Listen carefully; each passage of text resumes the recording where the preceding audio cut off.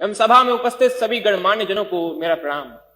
जिस विधानसभा को आचार्य नरेंद्र देव, पंडित गोविंद वल्लभ पंत और चौधरी चरण सिंह जैसे नायकों ने सुशोभित किया, उस देश की सबसे बड़ी विधानसभा को मेरा सादर प्रणाम।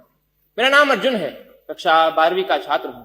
संविधान के 75 वर्षों की यात्रा पर बोलने हेतु तीर्थों के तीर्थराज प्रयाग से आपके समक्ष उपस्थित हूं। यूनिवर्सिटी ऑफ शिकागो के प्रोफेसर टॉम गिन्सबर्ग ने 1789 के बाद लिखे गए 190 संविधानों का अध्ययन किया और पाया कि इन संविधानों का औसत जीवन मात्र 17 वर्ष है। परंतु भारत का संविधान भारत के उत्कृष्ट मानवीय उपादानों का प्रतिनिधित्व करते हुए 75 वर्षों बाद भी आज दृढ़ता के साथ विद्यमान है। यह इसलिए भी क्योंकि भारत का संविधान मात्र 2 वर्ष 11 महीनों के विमर्श से तैयार हुआ एक दस्तावेज नहीं, अपितु 200 वर्षों की सतत साधना से परिणित नवनीत है। यह यात्रा एक राष्ट्र के रूप में हमारी आत्मा का, हमारी सामूहिकता का उत्सव है।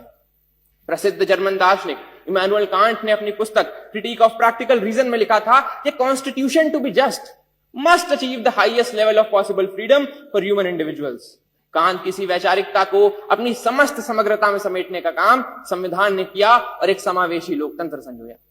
भारत का संविधान सिर्फ इसलिए बड़ा नहीं है क्योंकि इसमें 1.5 लाख शब्द हैं, अपितु इसलिए भी क्योंकि इसके पृष्ठों से महात्मा गांधी के हिंद स्वराज, भगत सिंह के क्रांति, अंबेडकर के सामाजिक न्याय और नेताजी बोस के संप्रभु और सशक्त भारत की आकांक्षाएं भी परिलक्षित होती हैं। संविधान की यात्रा सरल नहीं रही है। अगर इसने 24 अप्रैल 1973 को केशवानंद भारती निर्णय के रूप में रक्षा का प्रयास देखा तो 1975 में आपातकाल के रूप में प्रहार भी देखा। संविधान हमारा वह दर्पण है जिसमें हम अपने अतीत को देखते हैं, वर्तमान को समझते हैं और भविष्य को गढ़ते हैं। हमें यह भी समझना होगा कि संविधान साधन है, साध्य नहीं। अब वो हमें जमीन तैयार करके तो दे सकता है, परंतु उस पर फसल बोने का काम हमारे ही जिम्मे है। ऐसे में हमें समझना होगा कि हमें एक ऐसे राष्ट्र का निर्माण करना है जिसके 6 स्तंभ हों: समता, समृद्धि, समन्वय, संस्कृति, सेवा और समर्पण। एक ऐसा भारत जहां हर व्यक्ति कह सके मैं भारत हूं और भारत मुझ में। जहां विश्व में तमाम जगह संवैधानिक मूल्यों के लिए, मताधिकार के लिए आंदोलन देखे गए, वहीं भारत में सहजता से प्राप्त मताधिकार एवं मौलिक अधिकारों ने शक्ति का संचार किया।